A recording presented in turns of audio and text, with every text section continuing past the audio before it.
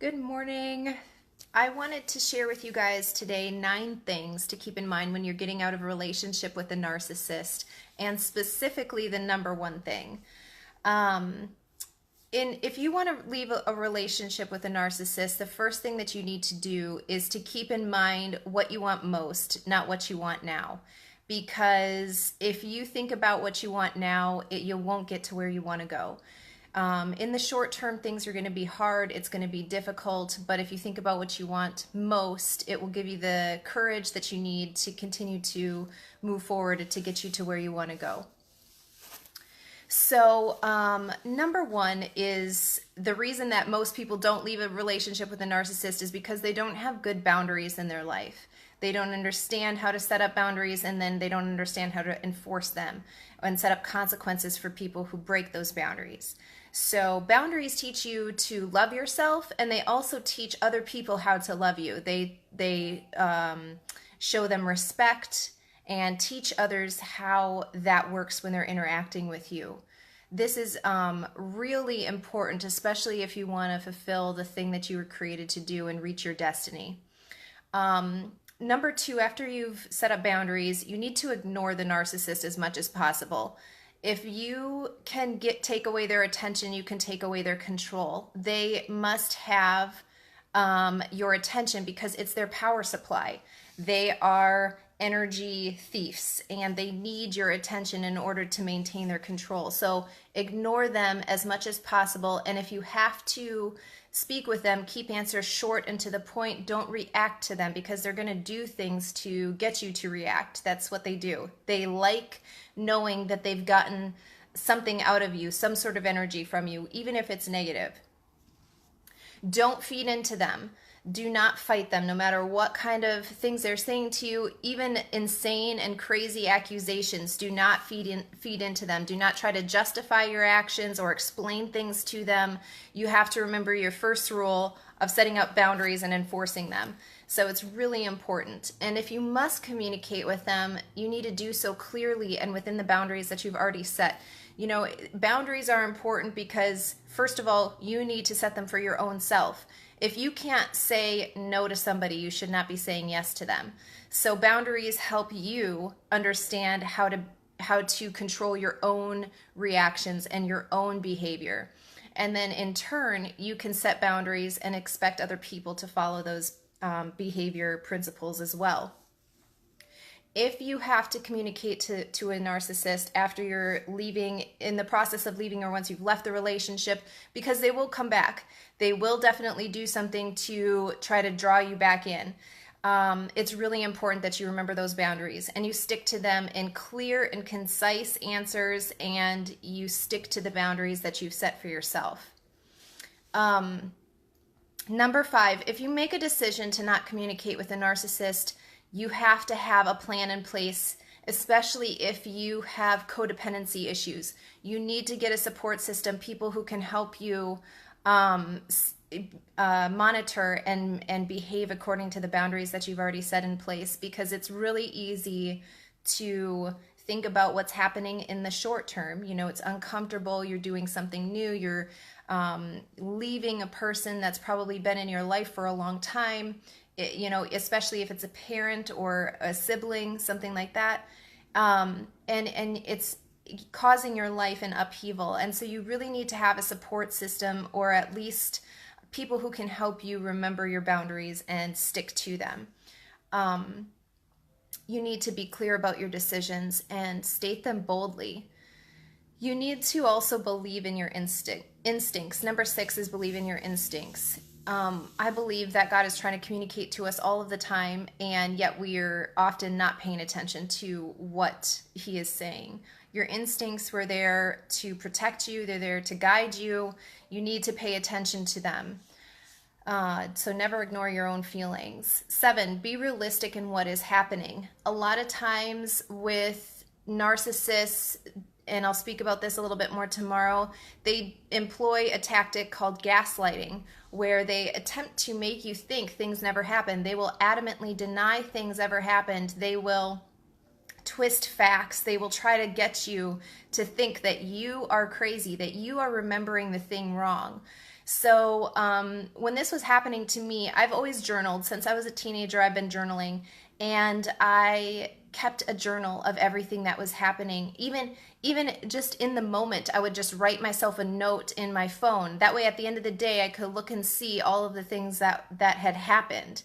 Gaslighting is a really dangerous thing, because the narcissists will do this with your family, your friends, even people in control, like in governmental positions. All kinds of stuff can happen. This is a really dangerous tactic, and it's extremely common. So be realistic about what is happening. You know, as I spoke about in the last few days, you'll get a fruit from the narcissist that looks good, but the tree itself is evil. It will never lead to anything good. And so you'll try to remember, oh, at this point it was really good. And you'll have these memories that are, you know, needles in a haystack of really horrible events that have happened to you. And you'll want to, it's natural, you'll want to gravitate to the good and ignore the mountain of evidence that's saying that this is not a healthy relationship. So being realistic in what is happening by keeping a journal, having people around you who can help you to remember correctly what has occurred in this relationship, why it's unhealthy. You know, a support system, a structure is really, really important. Some experts recommend that you maintain a closeness with the narcissist in order to use the narcissist's weaknesses against him. I am wholly against doing that. In most circumstances, I'm wholly against doing that, because that's a form of manipulation.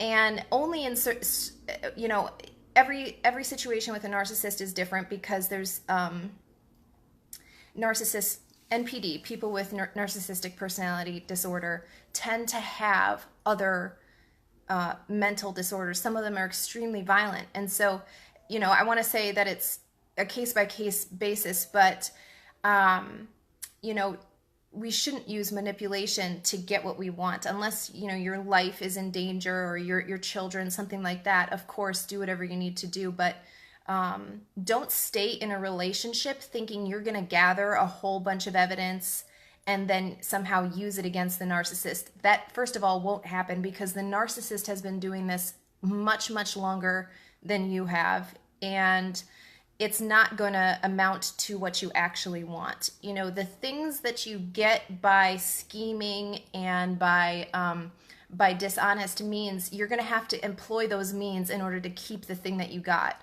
So it's really important, I believe, like, that you should not try to do this. You should not try to use the narcissist tactics on him, you know, in order to get something. But the number one thing that I want to share with you about leaving a narcissist is to not become the thing that you hate. It is so easy to, and we see this in all kinds of systems throughout society, where we hate something so much, but before you know it, you've turned into that thing that you hate. This is true, you know, if you grew up in an abusive household, maybe one of your parents was an addict of some sort, but then you grow up and you don't have any coping mechanisms. You don't have the skills to deal with those things, and so then you, in turn, you know, turn out to be an addict. It's more than just genetic. It's more than just genetic. There is something that happens psychologically and to your brain chemistry, actually. That I'm going to talk about a little bit more tomorrow, but don't become the thing that you hate. So it's really important that you continue to think about what you want most. You want a life free from this type of behavior, so you don't want to become it. You want to, you know, set a new precedent for things that are going to happen in your bloodline. And so you have to think about the things that you want most over what you want now. And that can be really, really hard at times. When you're dealing with a narcissist, and especially if you don't even know that you're dealing with one. It was months, you know, into this crazy situation that I had before I realized that I was dealing with a narcissist. I'd never understood, how is all of this stuff happening? It's because they are masters of masters of manipulation. You will never beat them at that. And you can hate that thing so much that before you know it, you're looking at all of the things that seem to be working for them, getting them what they want, and you think, oh, if I behave that way, I might be able to get what I want. But that is so damaging, to your soul. It's really damaging that you would go that route. So I really wanted to stress that. So this video and the previous 3 videos that I've done, they focus on the narcissist. And I had gotten some questions coming in about is this what the support group is about, the mentorship program that I'm starting in March. No, it is not. The mentorship program that I'm starting focuses on what you should do after you're out of a relationship with a narcissist. Lots of people just don't even know how dangerous narcissism is, and that's what these videos are about. Just sharing awareness, spreading awareness about narcissism. Narcissists exist in every single level and structure of society. And it's really important that we're aware of that.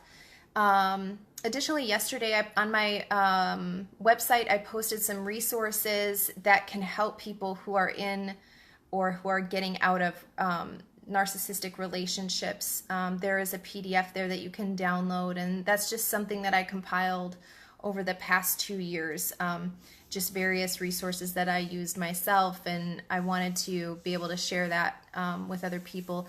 And they include links to help you do escape planning if you need help escaping a dangerous situation.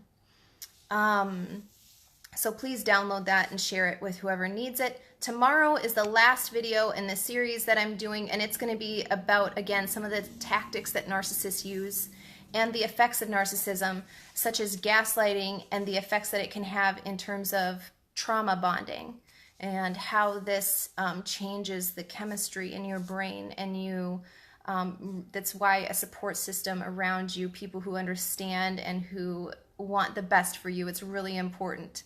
So I will be sharing about that tomorrow. And again, please visit my website for that information, for the resources, the PDF there. Okay, thanks so much. Have a great Saturday. See you tomorrow.